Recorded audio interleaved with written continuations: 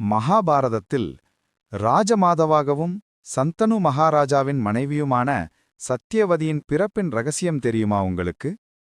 உபரிசாரவாசு என்ற மன்னன் ஒருமுறை வானூர்தியில் பயணம் செய்து கொண்டிருந்தான்.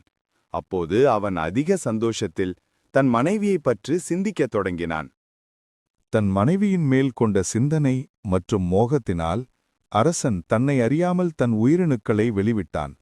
அந்த உயிரணுக்களை ஒரு இலையில் எடுத்து ஒரு பருந்திடம் கொடுத்து அதை தன் மனைவியிடம் சேர்ப்பிக்கும்படி ஆணையிட்டான். மன்னரிடமிருந்து பெற்ற இலையை பருந்து எடுத்துக்கொண்டு பறந்து செல்ல அதை நோட்டமிட்ட மற்றொரு பருந்து அதை கொற்றவும் இலையை பறிக்க முற்பட உயிரணுக்கள் கீழே விழத் தொடங்கின. அதில் ஒரு துளி மட்டும் யமுனா நதியில் சென்று விழுந்தது. ஒரு அப்சரஸ் என்ற பெண் மீனாக சாபம் பெற்று யமுனா நதியில் அலைந்த வேளையில் வானிலிருந்து விழுந்த உயிரணுவை அந்த மீன் விழுங்கியது. விழுங்கி சில நாட்களில் கருவுறவும் செய்தது.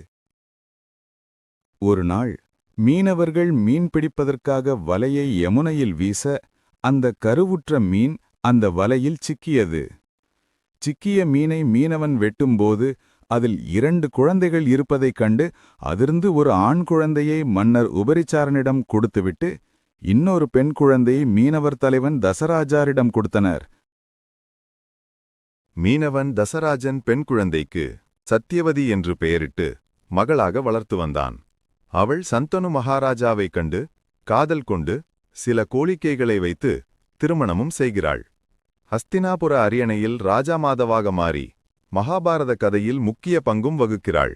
அவள் உடம்பில் ஒரு நறுமணம் கமழ்வதால் சந்தனு அவளுக்கு யோஜனகந்தி என்ற பெயரையும் சூட்டினார்.